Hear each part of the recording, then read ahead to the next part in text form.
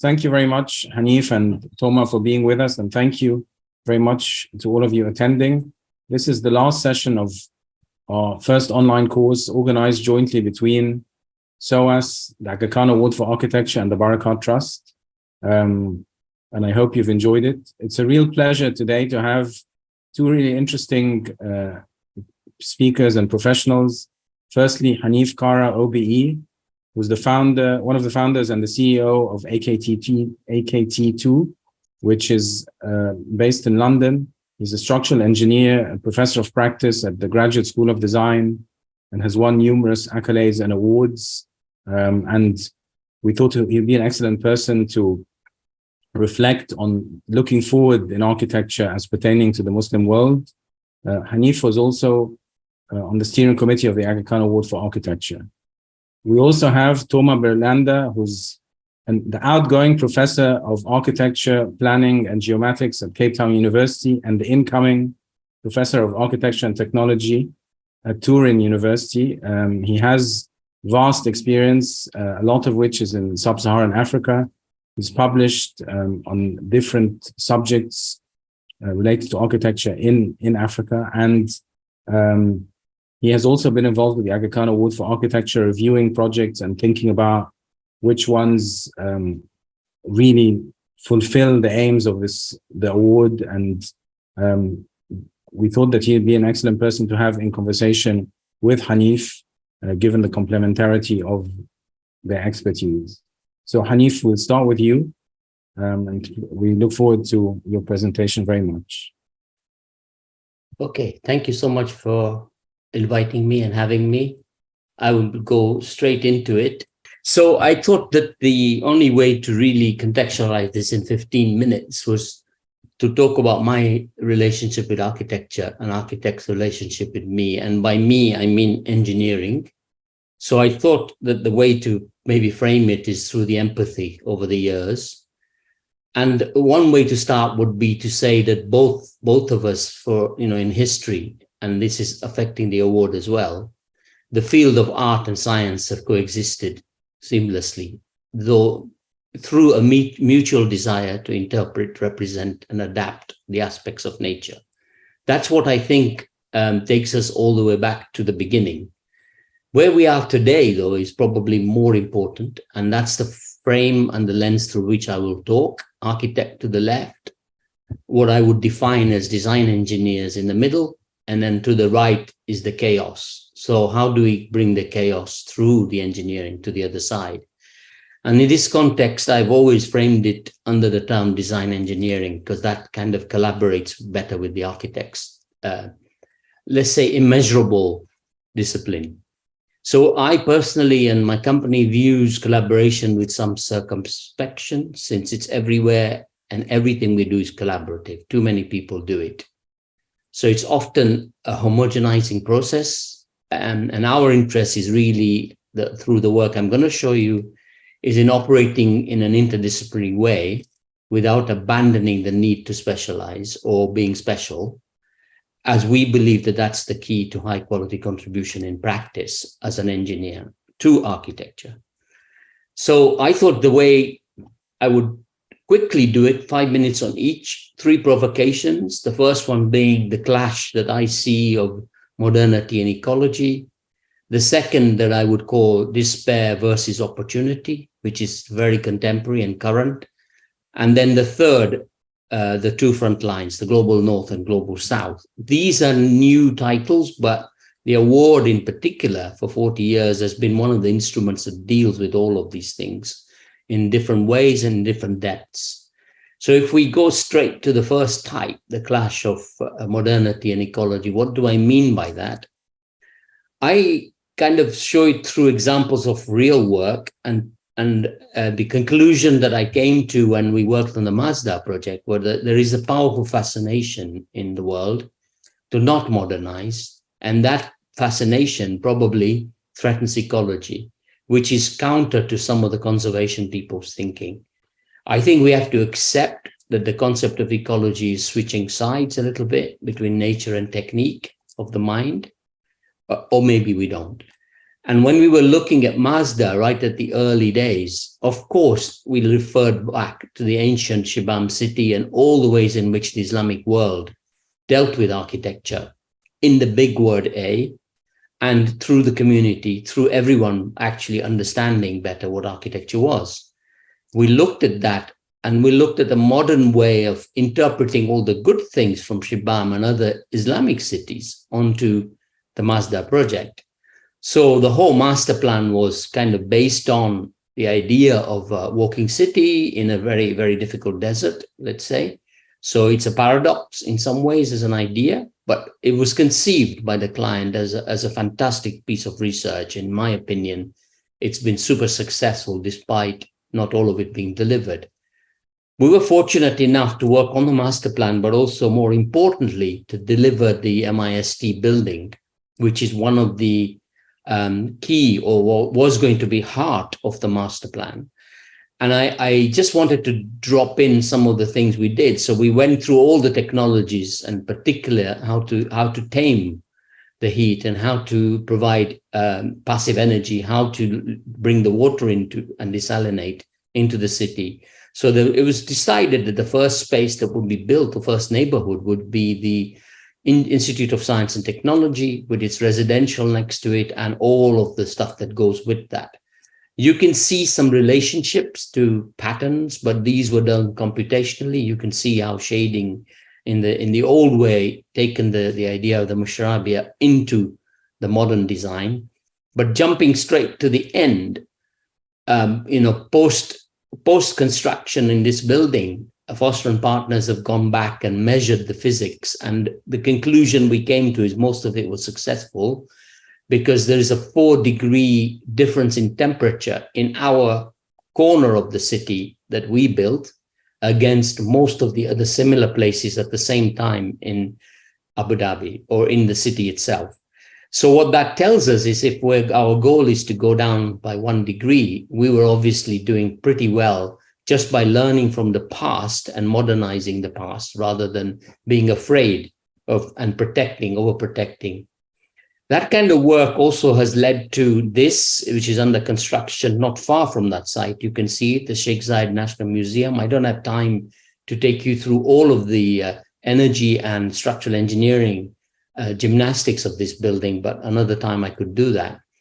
But certainly in the more recent time, the last Sharjah Biennale, or the one before the last, we were invited to do a pavilion.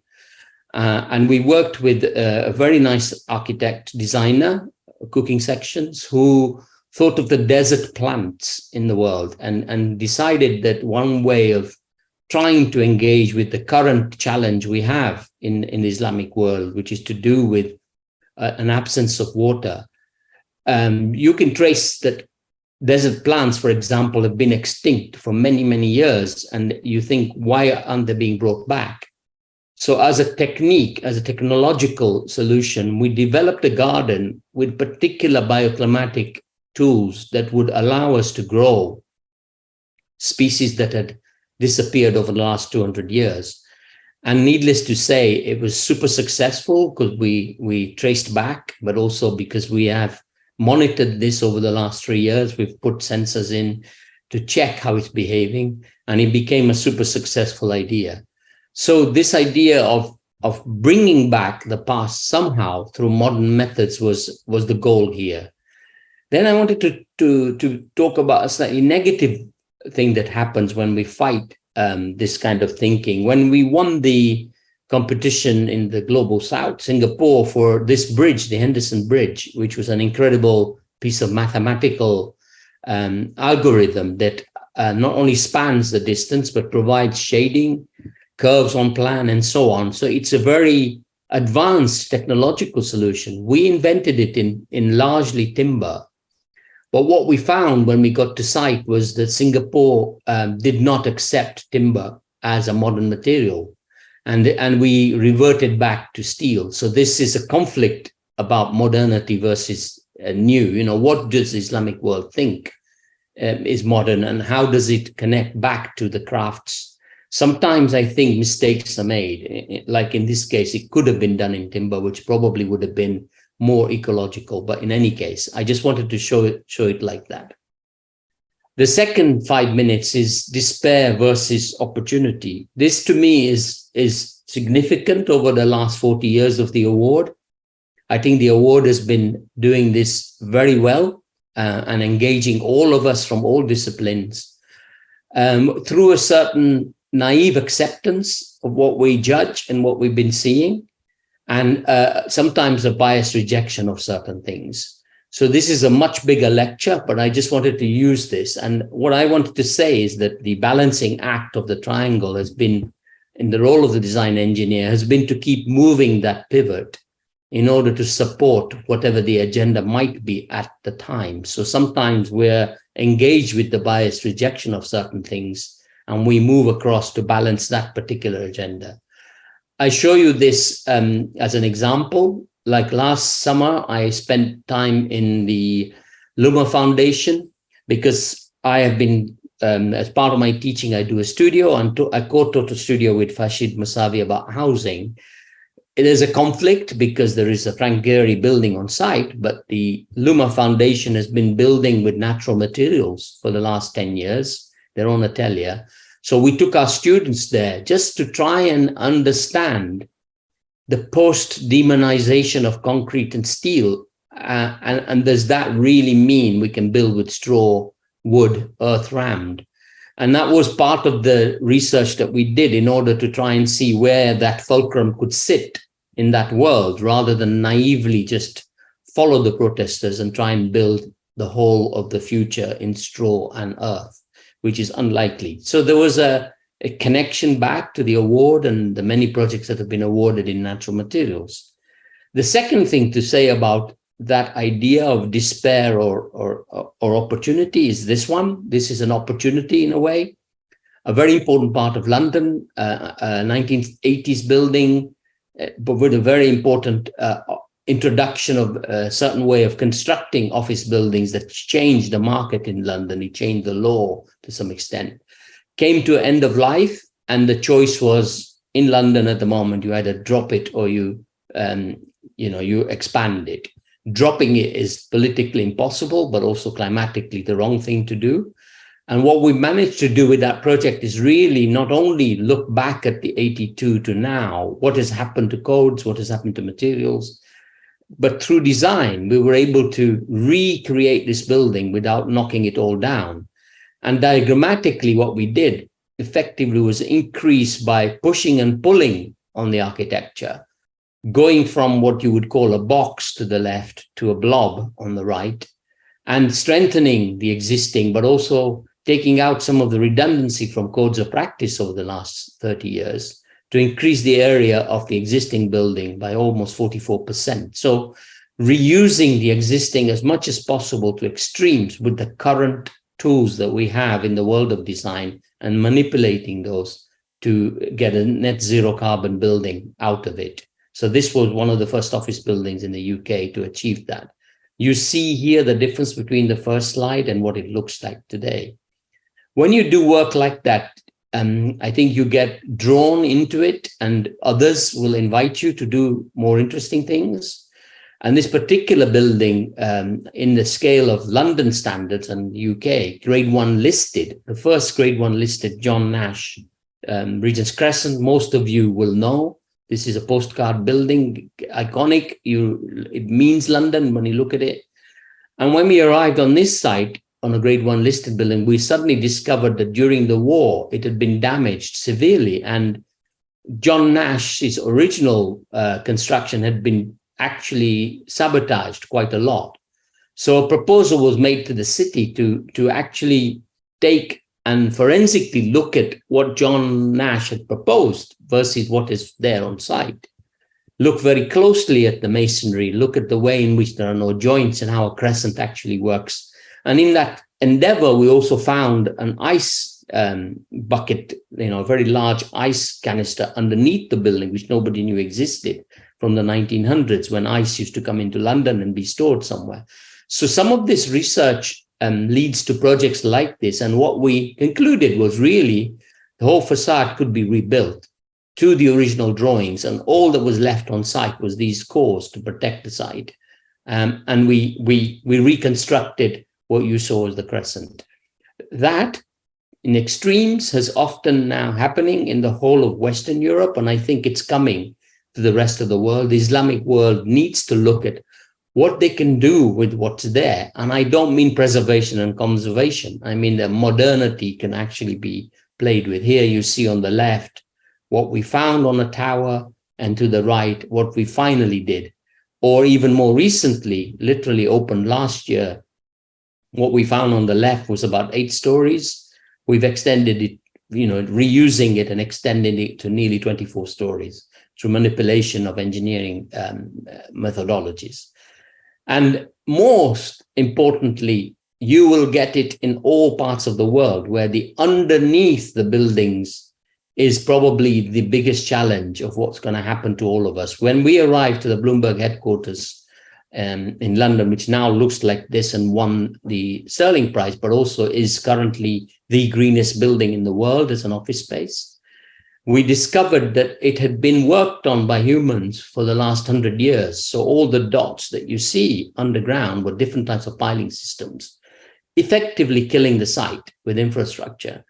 And through lots of investigation and 2 years of digging, we discovered Roman London underneath it. But what you see here is the gray systems that were all put in by 3 generations of engineer. We inserted the red and were able to build something. But most importantly, we could find, we went really far down and closed the site for 2 years. And we found close to 3,500 to 4,000 artifacts and Roman London under there. So there is yet the stuff that's below ground that engineers are beginning to understand forensically better, and we're trying to manipulate this stuff.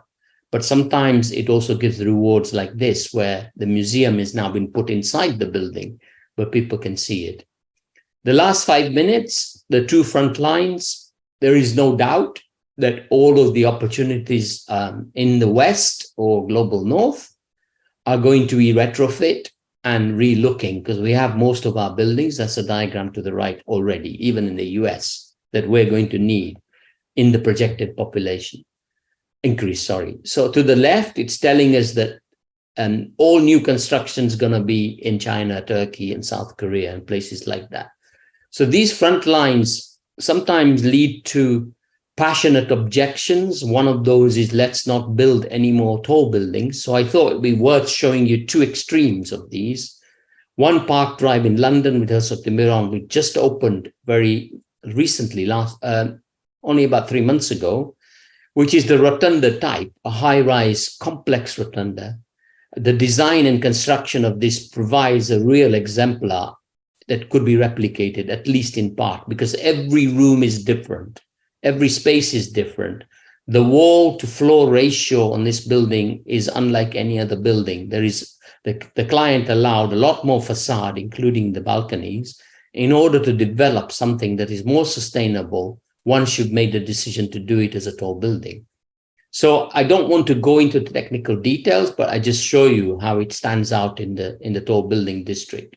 The fundamental occupation of it is really the differentiation of the tower in terms of the typology of London buildings. So, from the penthouse to the loft type, how it fits into a rotunda.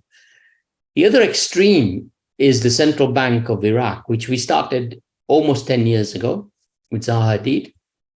And in this case, I would justify the CBA bank, the bank itself in Baghdad, in a different context as a tall building, because it swings the pendulum where the high rise is a generative force to restore societal pride and meaning beyond technology and construction. And why shouldn't we build it, even if it's in a district where there's hardly any high rise building? It's a thing of pride. It's a thing of the future for the country, and will hopefully repair and heal some of the wounds to that community. So I'm giving you 2 justifications, and why I like this one as a tall building is it hasn't 4 faces. It's like a rotunda, and the structural idea and the architectural idea was all about letting light in, letting the sun in, and being able to see all of the city from all over. So it starts as a solid rock building at the bottom and opens up into these wonderful columns that twist, as you see, on the bottom right-hand side. And of course, sometimes this kind of despair versus opportunities is we can use those to extend our own agenda. When Marina Tabassum invented the Kundibari and it got a lot of press, there was some negativity about constructing these low-cost temporary housing. But fortunately for her, she was invited to London to display it last year in London at the Royal Academy, which is one of the high-profile events every year. And she insisted that it should be out of bamboo, and she insisted that it should be as close as possible as the $250 one that she makes over there in Bangladesh.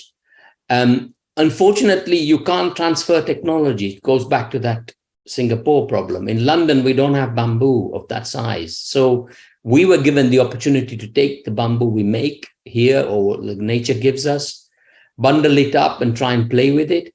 But the most important thing was really to investigate the joint, because the joint was steel, even in Marina's Bangladesh. And we have been looking at 3D printing of wood, 3D printing of different sustainable materials, so that in future, these houses in Bangladesh and other parts of the world could be even more sustainable than what is currently over there. But the nice thing was draw attention to it at the Royal Academy. And there was a lot of discussion about this. What is the future of this kind of thinking? Extreme environments like that have been an agenda in my world. I've been thinking about it at Harvard for quite some time. And I just wanted to show you one more. So with our students, over 13 weeks, we invited them to create a little shelter on top of a mountain in Ljubljana. One student was picked, and we decided that their project would be constructed, lightweight. The goal here was to demonstrate the positive power of drones. The whole idea was hoping that we could pick this up and put it up there with a drone, but with lightweight material, which is timber. In some ways, it was successful. But after we managed to design it and construct it, the drone people pulled out. So unfortunately, we had to get the army people to give us some helicopters and managed to get it out there. It's constructed, it's saving lives. And I still feel that that idea of experimentation in the extreme environment is fantastic. So my final conclusion is that what I was trying to get across to you is that the hegemony of technology and science is definitely not innocent. These tools have a positivity, but they can have a negativity. They certainly don't have a soul, and they take away responsibility and accountability for architects. They blame us for those things sometimes. But if we are to use them well, my instinct is that technology got us in the mess, and it has the possibility of getting us out. That's it. Thank you. Thank you very much, Hanif. It was fascinating. I just want to ask you one question before we move on to Tomà, which is, in the Rotunda building that you showed in London, you said that the facade, the way that the facade was treated made it more sustainable. Can you just tell us why? One thing was that you can make it beautiful enough and differentiate it enough. The reason why we don't do that often, right, is that we have a ratio, a metric, that the wall to floor surface must not exceed a certain number. That's why all towers look the same. That's a cost-driven issue. Sometimes you can increase the facade area by even turning it and creating a surface underneath. So it increases the area, but the material you choose, which was baked earth for the cladding, and also the benefit, passive benefit it gives you in the climate of London, can make it more sustainable. So whilst you pay a lot more money to begin with, over time, you recover that if you're measuring it in money, right? If you're measuring it in energy, over time, it's better than a straightforward extrusion that we've been doing for the last 50 years. So there's a whole story behind the material that the Miron did. But it was really, I think, the most sustainable thing about it, for me personally, is it's the most beautiful building. Nobody will want to knock it down. Oh, we can't hear you. That's an interesting way about thinking of kind of longevity of materials through good design, of that people want to preserve rather than destroy. That's right. Yeah, that was one of the goals, and I think also Demiron, in particular, are an architect who think like that about all their buildings. So we were fortunate to be supporting them on this. Okay. Wonderful. Okay. Well, we're now going to move on to Tomà, who's going to talk to us, share some reflections about the topic, and then we'll have a more general conversation. So the screen is all yours, Tomà, the floor. Thank you, Saif, and good afternoon, everyone, and thanks again for the invitation. While I was listening to Hanif, I thought, even though I hadn't really the time to prepare an appropriate lecture, that, as I mentioned, I was going to pull up some slides. I think that might help sort of locate part of what I'm going to try and share. And partly also spurred by the fact that the title of today's conversation is looking at the future, right? But I personally am probably not so well placed to discuss that, since in a sense, this is very speculative. Whereas as an academic, I tend to reflect on things past, right? And as a way to let students imagine the future rather than imagining myself. I think that's part of the privilege of the condition. And the second thing is to preface that the course obviously deals with Islamic architecture, and I'm by no means an expert of that, so I would not want to sort of claim that space. But what I can offer is that over the last 14 years or so, I've been privileged enough to live in sub-Saharan Africa in a number of countries where Islam is present, and obviously my familiarity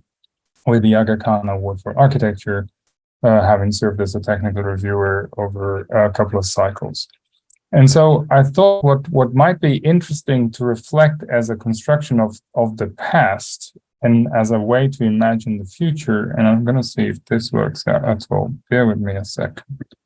Right, and as I said, I'm prefacing from the point of view of my expertise being as somebody who's spent some time in dealing with issues about what is architecture in sub-Saharan Africa, what is the practice of it, what is the history of it, and what is the teaching of it.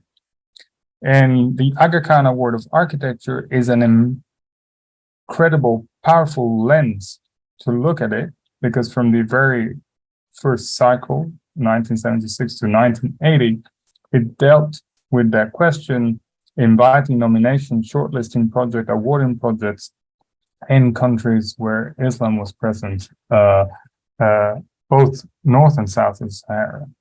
But obviously, this can only be understood in time if it's unpacked throughout the lens of understanding the construction of the pre-colonial or the colonial Africa since 1976, and generally the season of post-1960s is a post-colonial independent season.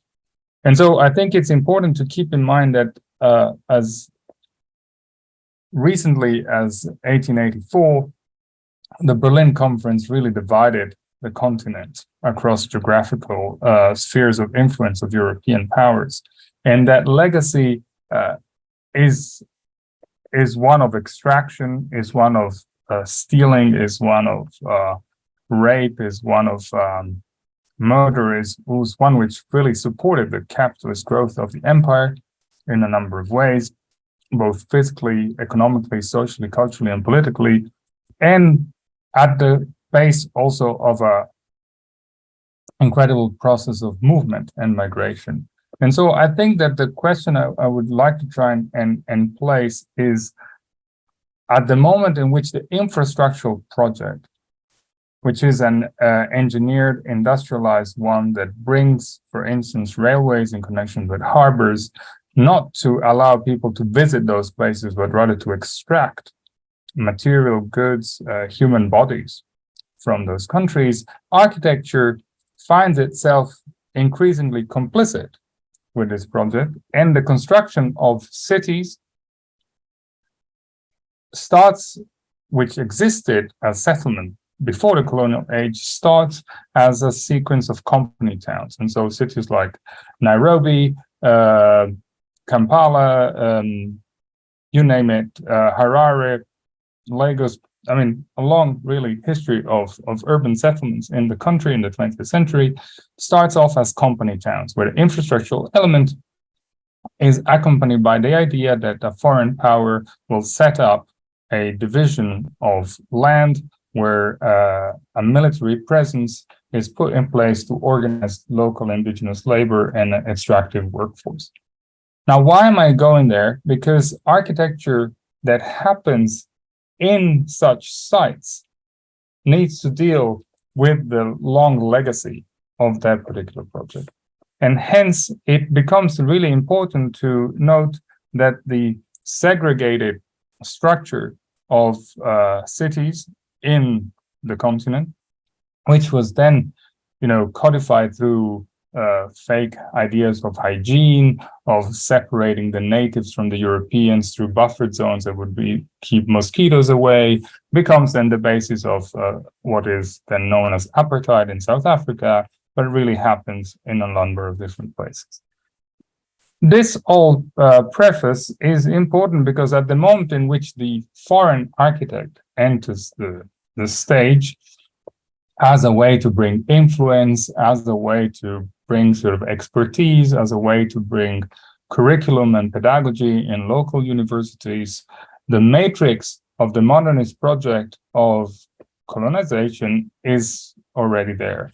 And hence, in this framework, the logic of the building needs to be understood as something that borrows from styles that were developed elsewhere and finds then local, for instance, hybridization with vernacular processes. To jump into the stage of independence, right, from 1959, Ghana is the first country that declares independence and moves away.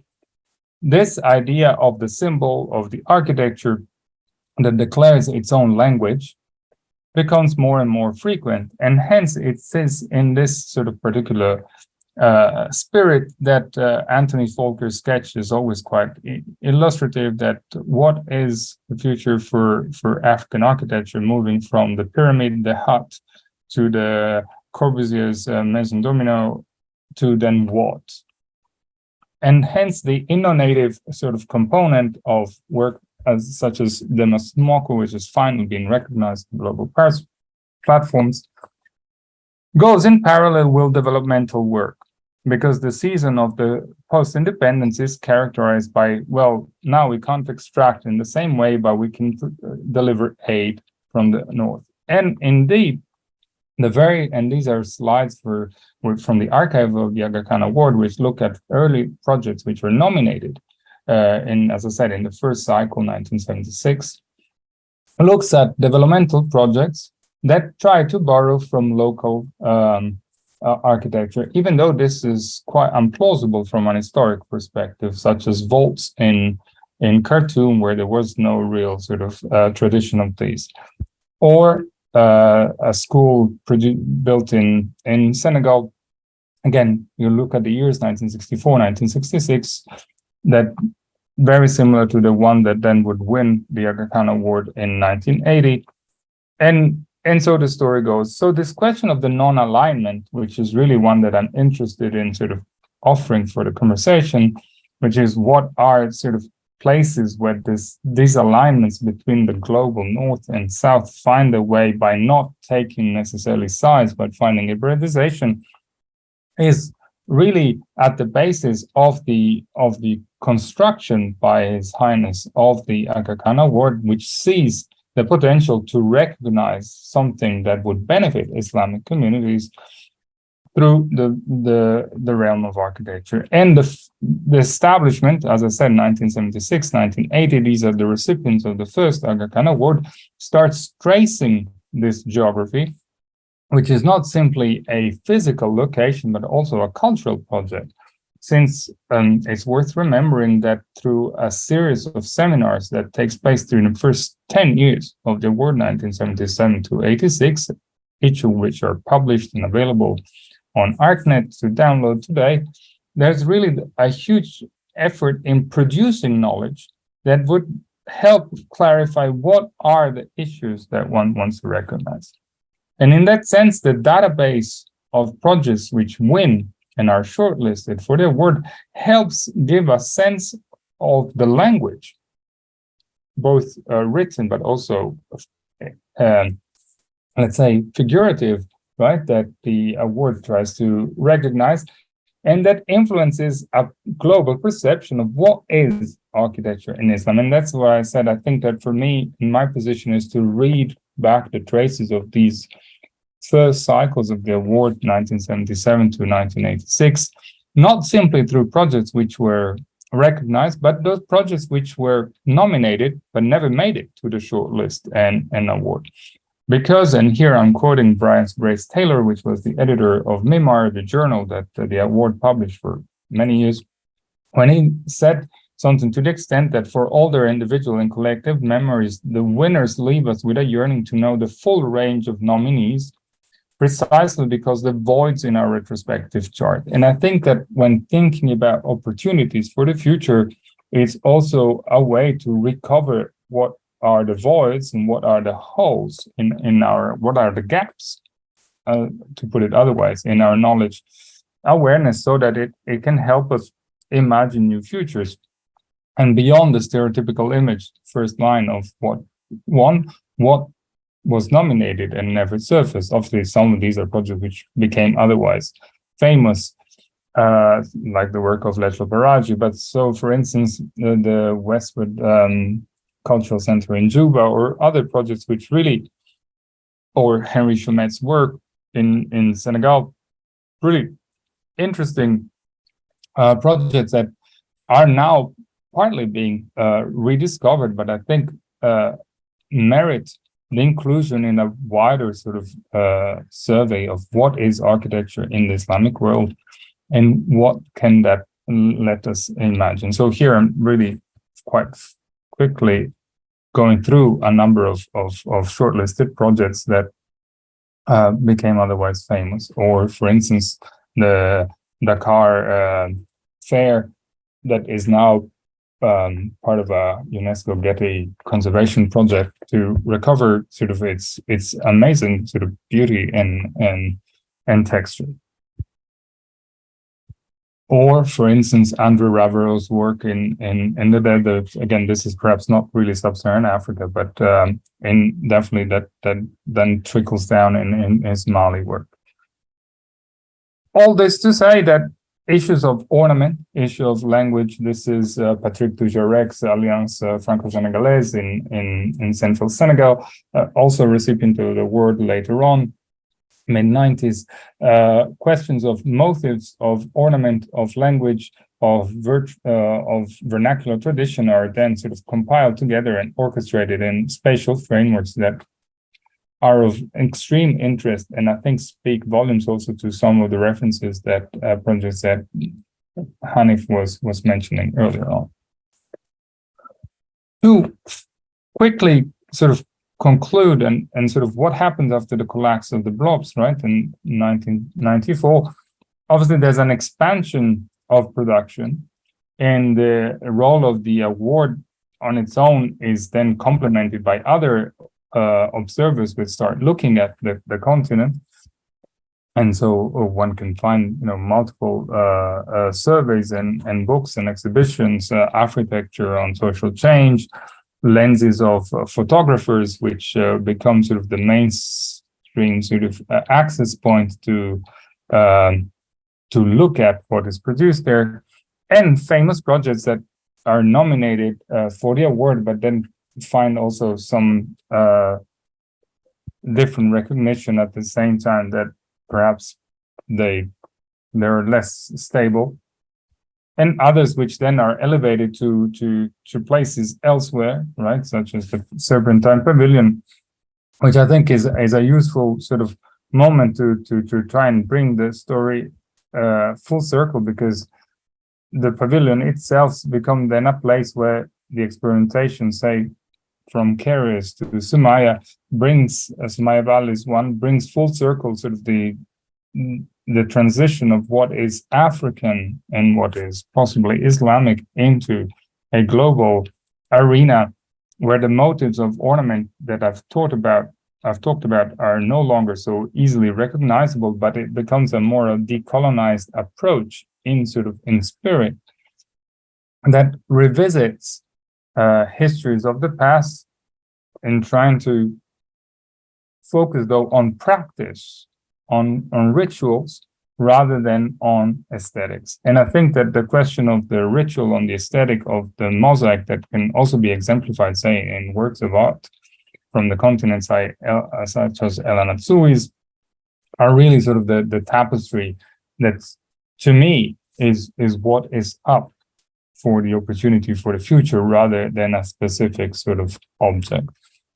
So I hope this was more or less cohesive. As I said, it was slightly unrehearsed given the shortage of time to prepare, but that, I think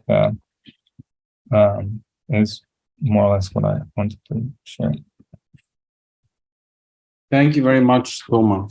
Hanif, I wondered if you had any comments or questions or reflections on Tomà's presentation. No, I mean, he's obviously done a lot more history of Africa. I was born and lived in a particular part of Africa. And the thing that always surprises me every time I hear it, and I did it again, is when somebody coherently tries to bring Africa together through all the lenses of who's been there and when and what did they leave behind architecturally. So I liked it. I was quite interested in sort of thinking about what is its future, though, because I still see that most of what he was showing, but also what I'm seeing out there, is looking at things through the whole of Africa through the Western lens, because the practitioners are either educated in this part of the world or are from this part of the world or so on. So I'm still searching for what is African, or even more importantly, what is local, because in Africa, local means even more difference. It's so different as a continent, not just the people, the climate, the ecology and everything else. It provides a fantastic research question for the future, to take one thing at a time, not a continent, not a country, but maybe the different ecologies. So that will be my reaction, Tomà. I don't know how the universities can cope.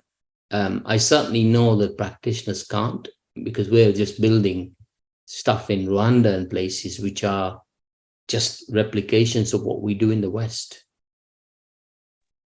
Yeah, I think, you know, on the one hand, we all know that Leslie Locke's Biennale, the laboratory of the future, right, tries to ask that same question, right? So I think I would be really ill-placed to try and answer it in her place and in the place of anybody who's part of the Biennale, since I'm not, and rightly so, right? So I think that's I think I would invite then, you know, the audience to dig in to that continent to try and catch a glimpse of what that attempt is in trying to answer precisely those two questions. One is the decolonized one, and the second is the decarbonized one, which otherwise we're complicit with. I think universities, as any other form of institution which was imported, or you know,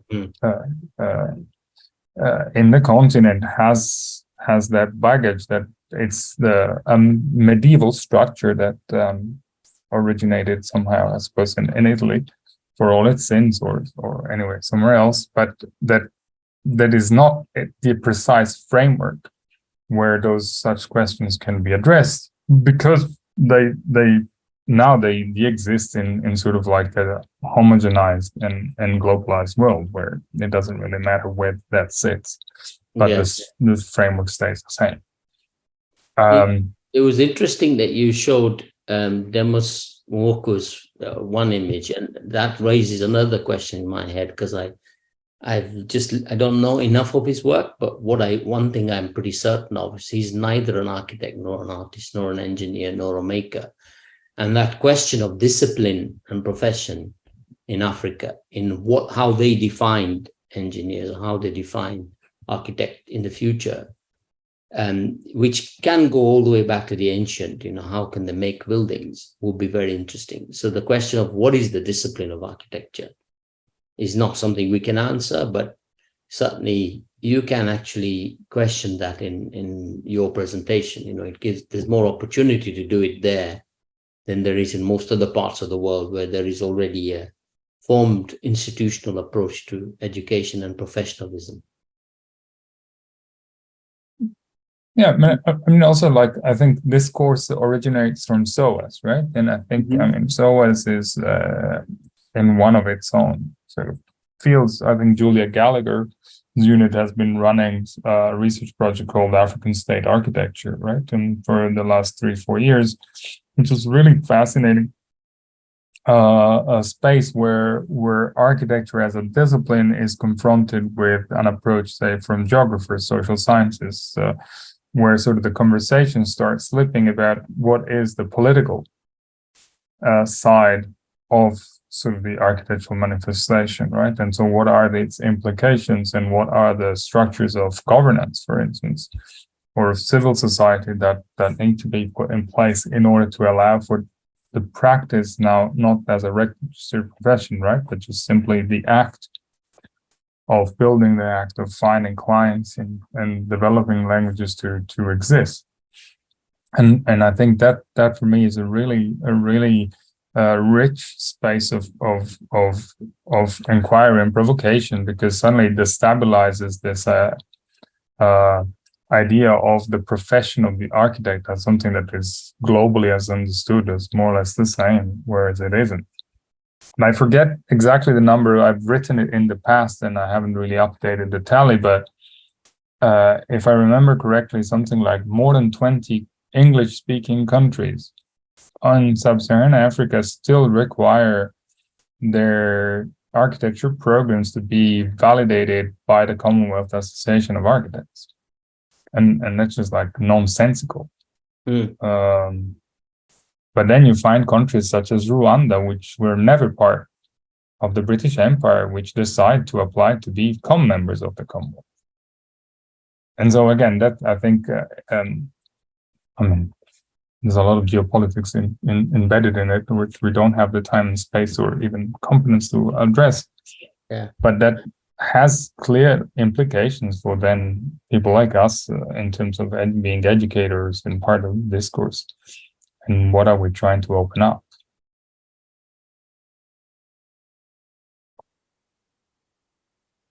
We can hear you.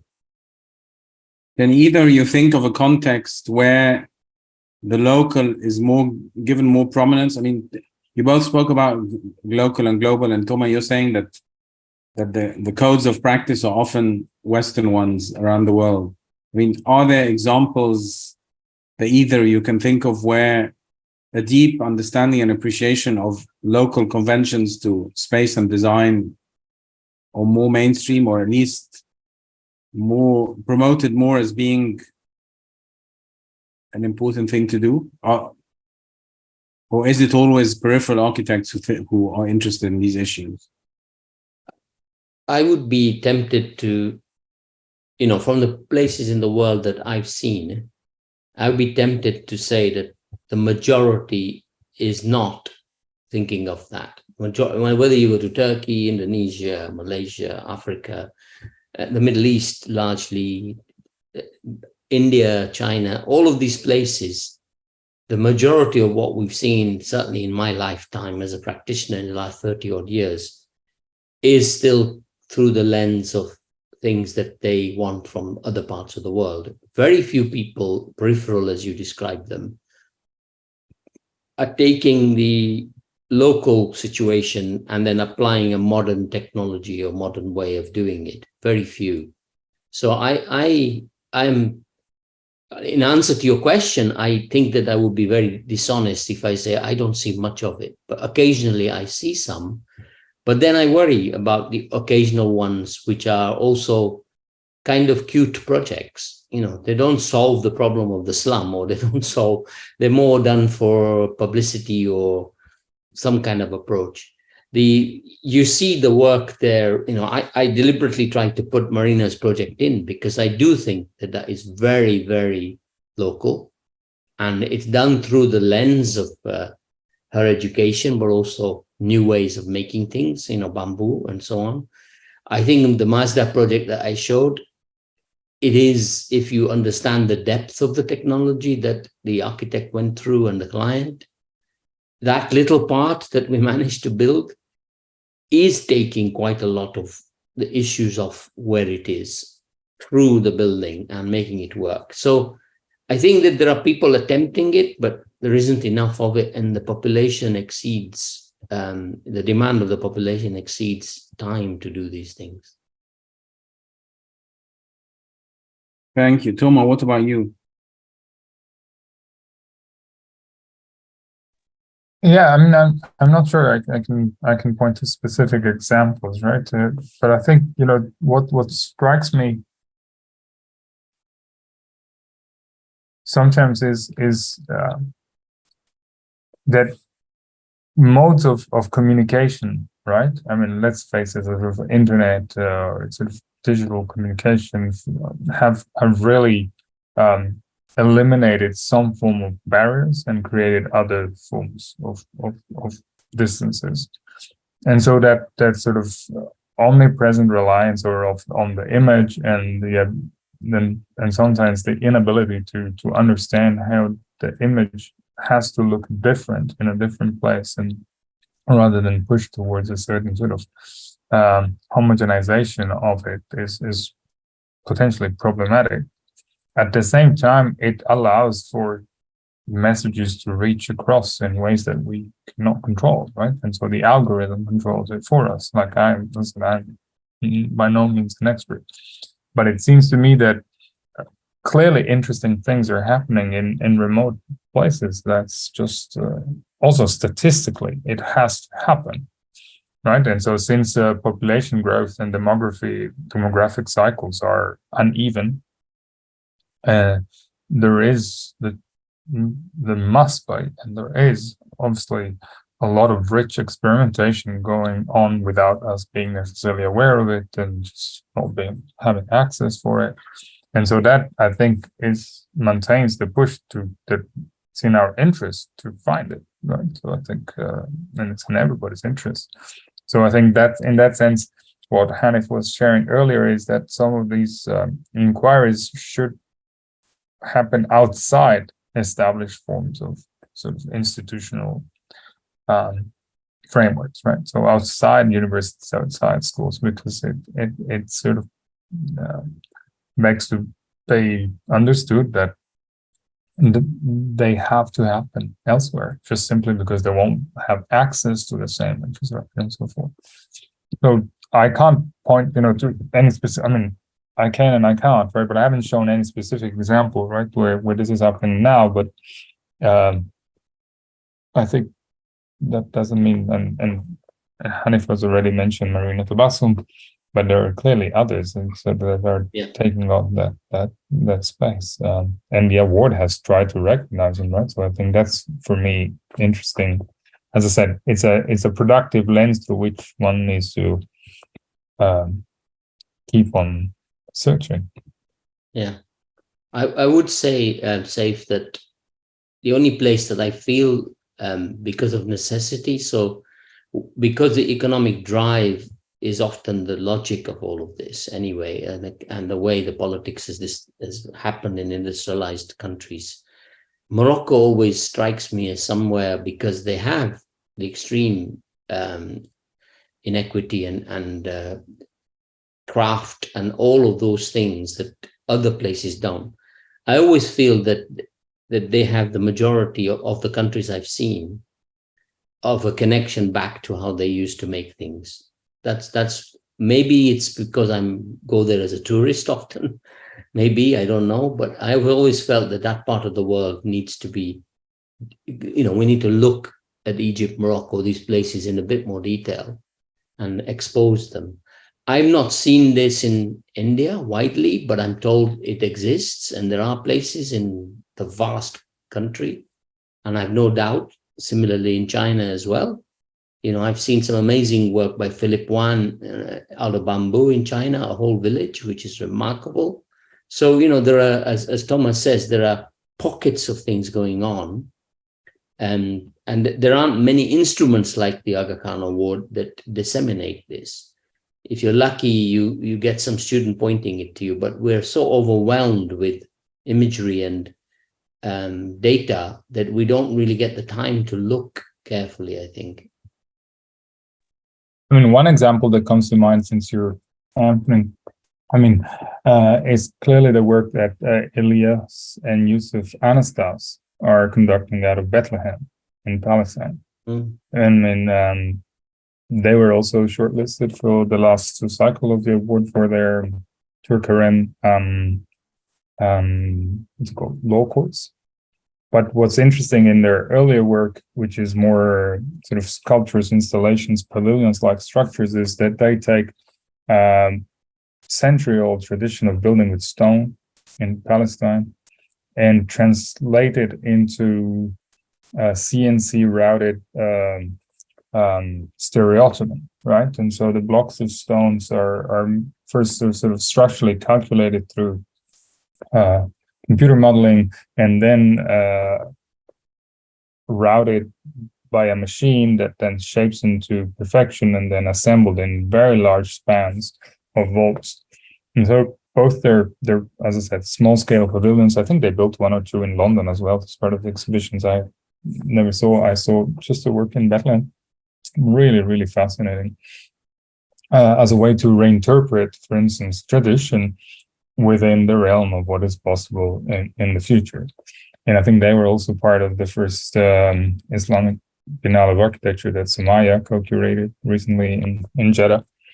So yeah, I think that this clearly is space, and even in conditions such as, for instance, occupied Palestine, of working under a military occupation and what all that comes with it. So I think that is it's clearly hope that those pockets exist and can thrive. But one should not forget how conflicts, and then stifle also opportunities. Right? So I think that's. They also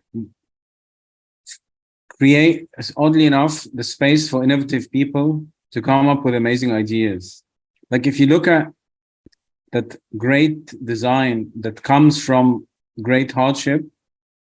I often look at these Aga Khan Award projects and I think, like I know, shelter, earthquake shelters, and all sorts of. I think great design minds somehow are often triggered by great hardship, from what I see. Yeah. And I think perhaps that's why this idea. In peripheral, because peripheral is not also geographical peripheries, but it's also political and other things where you find that someone has found a way of making it work against the odds. Yeah, I would agree. Yeah, you need that pressure and that drives you to invent. Yeah, definitely. Okay, well, I'm going to invite the participants in the session to please type any questions or comments or thoughts in the chat box, because it will be very great to include you in the conversation and in this reflection on architecture and design and the future. So please do so. While we wait for people to write questions, Tomà, you're starting a new job as a professor in the architecture and technology field. What are your visions for your students? What would you like your students to come out with, and in the way that they approach design? And I think students is a good way of thinking about the future. Hanif, I'm going to ask you the same question, so you have a minute or two to think about it. I don't have a long answer to this, but I will try and elaborate on what are my thoughts in the immediacy. And I've negotiated an opportunity to teach a graduate studio that looks at the heritage. It's sort of like vague, but what I thought was really interesting, and partly ties back to my reading, sort of historical reading of what's happened over the last, say, century and a half in sub-Saharan Africa, is how does one construct notions of heritage? And so, for instance, in South Africa, post 94, and post democracy, the national sort of heritage framework introduced the notion of significance as something that can be articulated and posited by any person. And so any person, layman, individual, whether they know how to write or not, can argue for something to hold a specific significance and argue for it to be protected under the Heritage Act. And I think this is a public process which is really intriguing, because it opens up the space to outside academia, outside sort of canon, and to unpack what holds significance. And so the notion of significance that then stems from lived narrative, from things that have touched individuals in the past, or in some way or form that contributes to society, is really important. So I think what we're trying to at least I'm trying to imagine, is a space of dialogue with a colleague with whom we're going to teach the studio with, that brings up the possibility to motivate for things to hold significance based on lived narrative, right? And not simply because they're recognized by practitioners or so-called experts in the field which have trained. And so, again, the question of tradition, right, the question of languages, of historical languages, of so forth, gets complexified and enriched by the lived experience of the individuals who otherwise had either been marginalized or left without a voice. And so I think in that sense, Islam, and as I said, I'm by no means an expert, and I've visited many Islamic countries, but I don't practice it enough, seems a more inclusive way sort of to construct sometimes society than, say, the Judeo-Christian paradigm. But again, I'm a secular person, so I stand to be corrected. Hanif, what would you say? No, I think for me, it would go back to my second provocation, which is despair and opportunity. So for me, that the student world is kind of the brain of what could happen potentially, because I've always enjoyed and been very fortunate for the last 25 years while I've been practicing to also come across incredible questions from students, partly because of naivety, but sometimes because the condition that they've had to grow up in is different. And right now, the question of socio-technological, socio-political agendas that they're having to deal with through the climate lens does mean that they are struggling to find, what will be relevant for the next generation, for themselves. So I've been focusing very much on one aspect of that, which is one of the biggest culprits has always been the material. When we went through industrialization, the two things we did was, well, the most important thing we did, which a number of people have said, is build more and more waste. And we've now reached a position where, the anthropogenic mass that nature gave us has been exceeded by what we've made. So one thing they're interested in is, how do you make less waste? How do you design efficiently? So I've been focusing very much on embodied energy, but not being naive, as I showed in this slide, that you can build everything out of green materials, partly because there is no craft, and partly because the scale at which you're building often is not like that, and largely explaining to them that there are opportunities, but you can't start by saying, let's not ever build again. You've got to find ways of thinking that don't build it the way we did it, my generation did it. How can you re-engineer, rethink some of this? So I tried to drive that interdisciplinary connection right back to my first slide, which is, I think that when you get thinkers, young thinkers who are, without knowing it, thinking about science and art at the same time, and construction and pedagogy at the same time, you do get fantastic solutions coming out, and you're tempted, like you saw the student project on the top of a mountain there. It was beautifully done, designed by student and office architects together who were part of the tutor system. So all of my work is really about thinking that way and trying to steal from that as much as possible. I think technology is relevant in all of that. I'm obviously a technocrat, but I think that's secondary to how you make them think differently. Thanks. And specifically thinking about the role of the Aga Khan Award, an organization with which both of you have had an association, what do you think the big questions are for the next, say, 5-10 years of the Aga Khan Award? And by extension, for the areas or for the communities which have a significant Muslim presence to think about in terms of architecture and design? And we'll start with you.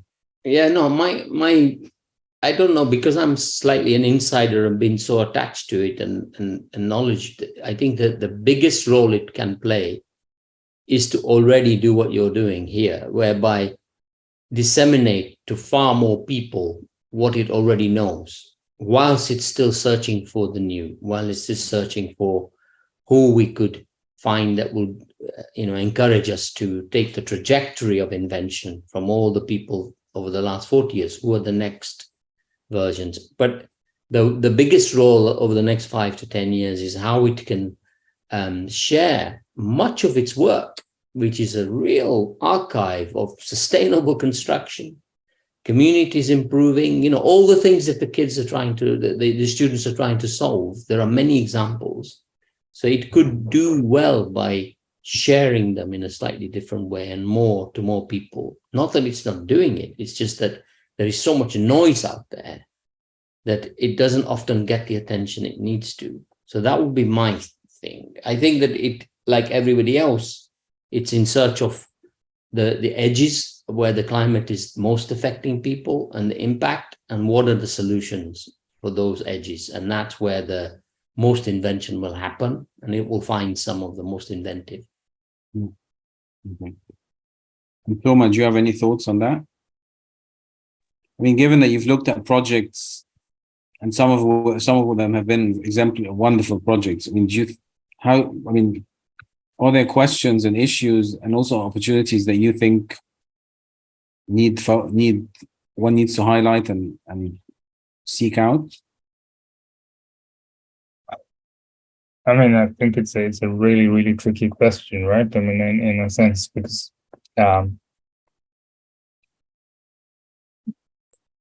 what I think is exceptional, and I've said it before, right, but about the specific award more than others, is the strength and clarity and also relatively simplicity of its institutional framework that allows multiple people in its ecosystem to engage with it, right? And so I think it's not simply one individual that says something, but it's the multiplicity of the parts. We three met through the award, right?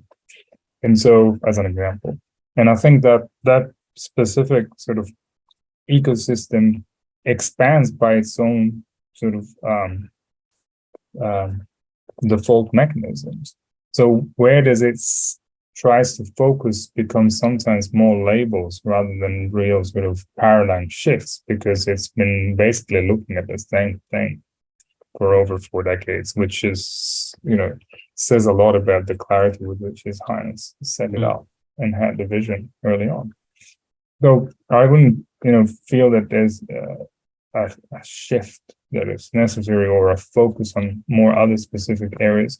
I think geographically, it's already proven that it's not linked to territories which were homogeneous in their association with Islam, but it would expand, and then projects have been recognized in Denmark or in Austria or in other places which are, so I think that richness is there, and it's also been smart enough from early on to be able to recognize individuals or practitioners which were not registered professionals, which are not gone through the curriculum. Think of craftspeople that worked on the Jenny Mosque or other examples. So I think that is solid and will stand out precisely because the way it's set up. And it will resist also the risk of pandering to the masses, right? So it's not like a style or something, it's simply the quality of the work and the discussion. I think it needs debate. It needs debate in terms of unpacking the fact that within a further asymmetrized world, which is now more unequal than it was in the late 1970s, unfortunately, right? I suppose it will have to take somehow more sides, right? And how to become more or less complicit with models of exploitation and extraction. But that's, in a sense, also asking the award to be political in a way that it doesn't want to institutionally, right? So I think that the non-alignment comes again into play because I think it's precisely the non-alignment which makes it a fertile ground. So the binary is never a useful sort of way of explaining things, even though it polarizes the conversation, which is possibly productive. I'm sorry, I know I didn't answer, and I didn't want to in a sense. But, Don't worry. And I apologize, but will have to leave in a couple of minutes. I'm sorry about that. No, it's fine. Don't worry. Well, thank you. Thank you so much, Tomà. Okay, so there's a question here, which is, I'll just read the question. In our third session, Anthony Volker said something very interesting, re-architecture in West Africa. He was saying that because the approach to architecture is different from the West, less focused on monuments, for instance, the architecture must be uncovered or even discovered as much of it is local and tucked away from the purview of mainstream tourism. For those of us who are not architects, what should we keep in mind, be conscious of when traveling in some of these scapes?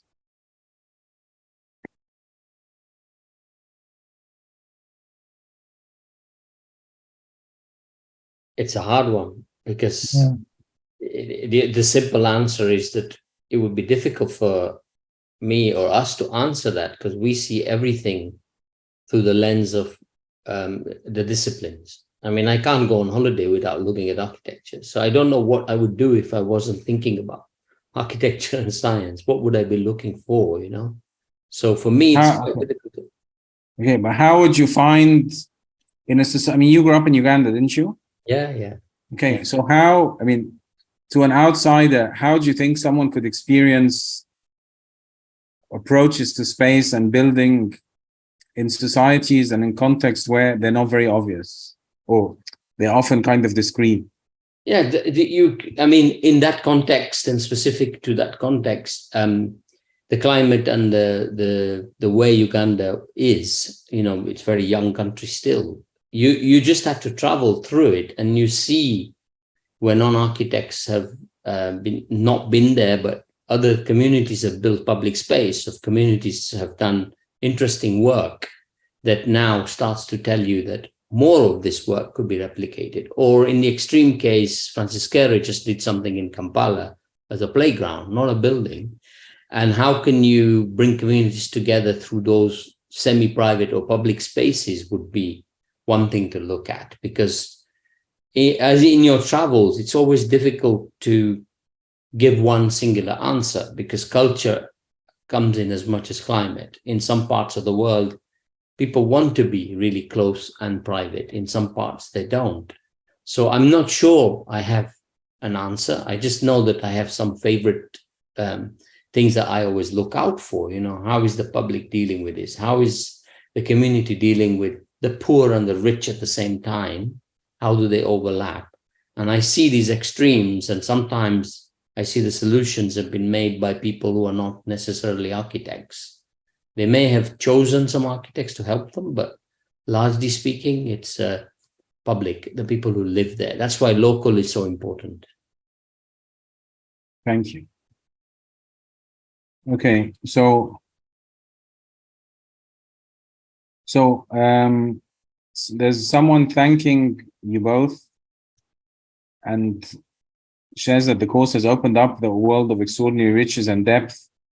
And she says she'd love to continue to explore more, reading more about these subjects of kind of depth in approaching design and architecture. Do you have any suggestions for? I can send you some links directly, Safe, and then you can share it with participants. Okay, that would be wonderful. That'll just make it easier for me. Okay, thanks. I will bow out. I'm sorry for that, No, but it's, I'm no, it's really fine, on a fine. tight schedule. Okay. Thank you so much, and all the best. Thank you Talk so soon. much. Thank you. Ciao.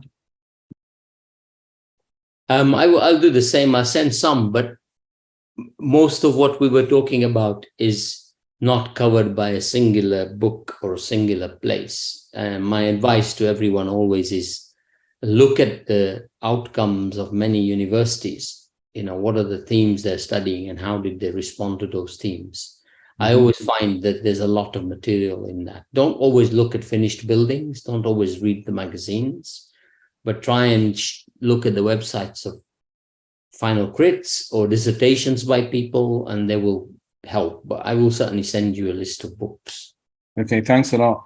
And I think also Instagram and today, they're very good sources of projects that might never appear in a publication, but actually are really interesting. Yeah. I use Instagram quite a lot to learn and also meet people, and have been able to share as a consequence of that, made friends that I'm very interested in. Like Vinu Daniel is an example in India who works with some amazing materials and methodologies. I would never have known his work. And now we're friends and we're trying to collaborate. So you're right, those social media things, particularly Instagram, is quite good. Okay, thank you. Thanks for those insights. Okay. Are there any other questions or comments? There are a few minutes left, so if anyone wants to say anything, please, or ask anything, please do. But thanks. I'm glad, Hanif, that you see the value of these online courses, which are open to everyone, also are recorded and will be available for many more people to join. And I think that's important. That projects can be so inspiring, and hearing people talk about their reflections and their work. Often they can inspire people so far away. No, I would agree with you, and you have to only refer to yourself. How were you inspired? And we all learn from these, or from seeing things that we can't believe are true, And there's one final comment, which is what I found difficult in this. What I have found difficult is disassociating from Western/Eurocentric gaze at times, and attempting to not compare as a means to evaluate projects, which, as you said, Professor Kara, even occurs in professional circles and institutions.